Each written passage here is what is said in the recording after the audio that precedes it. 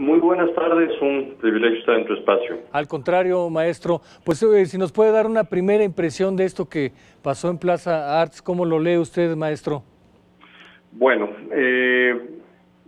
todo acto de violencia es reprobable. Estamos frente a un caso que no habíamos visto en algún tiempo en México, que es la delincuencia organizada transnacional de otro país, en este caso de Israel, sí, operando en México de manera abierta, ¿no? Yo te diría que todo apunta, con ya más información que tenemos de Israel, de México, que es un ajuste de cuentas entre bandas criminales locales de una ciudad en Israel, que es Tel Aviv. O sea, ni siquiera es una agrupación de corte nacional, ¿no?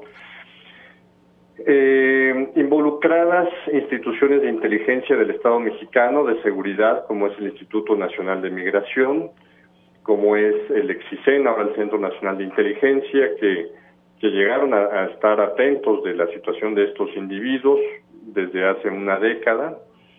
También del gobierno de la Ciudad de México, que en su momento detuvo a uno de estos criminales. Entonces, estamos frente a un caso muy interesante de estudio para los que somos académicos, sí, de cómo cooperan las agencias de inteligencia de otros países, las fallas también, cómo son los vínculos que hay entre organizaciones criminales, el caso de la operación en México de grupos delictivos vinculados con tráfico de drogas, pues también hay un tema de tráfico de armas al final del día y probablemente otras actividades ilícitas. Se hablan que algunos de estos individuos habían incursionado en otras actividades que son sensibles para el tema del lavado de dinero, como es la apuesta. Perfecto. No hay nada, como se ha estado especulando, maestro, de que pudiera haber terrorismo detrás de esto o alguna cosa por el estilo. No, mira, el que salga el nombre de Israel a esto, pues Israel es uno de los países más asediados por las cuestiones de terrorismo, pero no, más bien todo esto apunta a delincuencia organizada transnacional. Sí, y entonces lavando dinero aquí en México para moverlo hacia otros países, ¿o cómo sería esta operación, maestro? No, mira, todo parece indicar que eran individuos que estaban siendo seguidos por las autoridades de Israel y vinieron a refugiarse a México, que eso habla muy mal del país, ¿no? Porque México no debe de ser un paraíso para que delincuentes vengan aquí a vivir y a trabajar en la clandestinidad de manera ilegal, ¿no? Claro. Hay delincuentes que se pueden regenerar y tienen que incorporarse a la sociedad, pero si estos vuelven a delinquir y escogen al país para hacer sus actividades ilegales, pues eso es lo que está mal, ¿no? Claro. Decía en la mañana el secretario Durazo que uno de estos hombres asesinados ya había tenido una condena en México, terminó su sentencia, se fue a Israel y ahora regresó hace tiempo.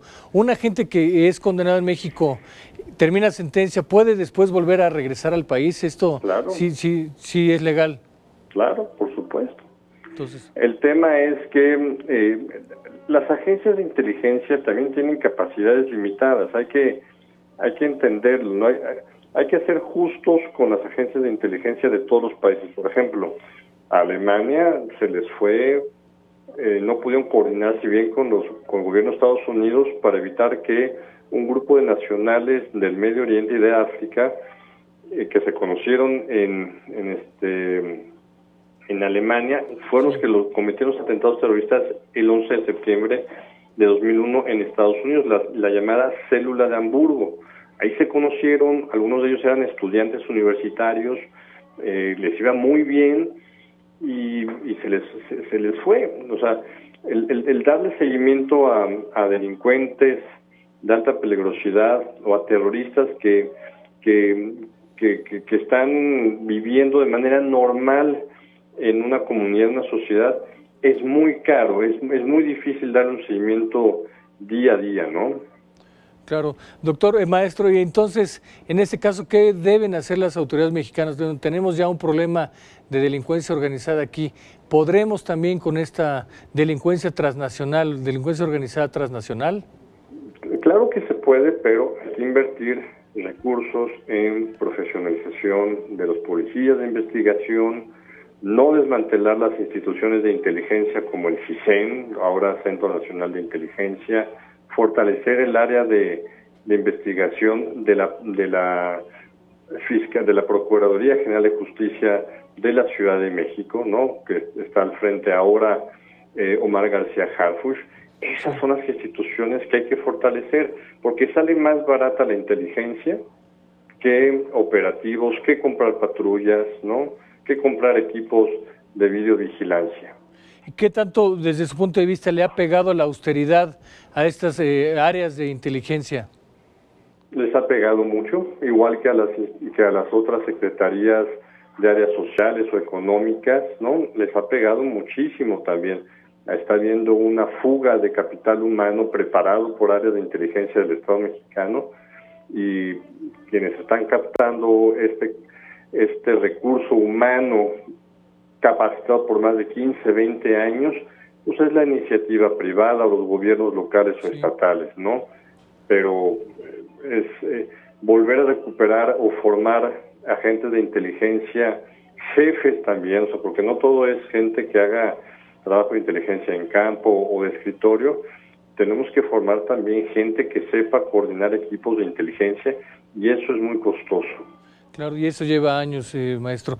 Preguntarle, el presidente dice que este tema lo debe investigar la Fiscalía General de la República porque es delincuencia organizada. La Procuradora de la Ciudad de México dice que no hay por el momento delincuencia organizada. Desde su punto de vista, ¿quién debería indagar el tema, maestro? Las dos yo creo que tienen que coordinarse. O sea, al final del día fue un homicidio en la Ciudad de México. Todo apunta que es delincuencia organizada, que había ya cooperación, ya había información de intercambio entre Israel y México en la materia. Pues yo creo que sí la PGR tiene más capacidades, y sobre todo tiene líneas de comunicación con las embajadas, ¿no? También la tiene la Ciudad de México, eso hay que decirlo. La Ciudad de México, al ser la capital del país, nuestras instituciones locales tienen magnífica relación también con las agencias de inteligencia y de seguridad de las embajadas que están acreditadas en México, ¿no? Perfecto. Maestro, solo me quedaría con algo que usted quiera concluir. Nada, pues les mando un fuerte abrazo y ojalá nos escuchen las autoridades de que deben de fortalecerse las instituciones de inteligencia para la seguridad nacional del país. Perfecto. Maestro Gerardo Rodríguez Sánchez Lara, profesor de la Universidad de las Américas Puebla, experto en temas de seguridad y terrorismo. Gracias por esta entrevista.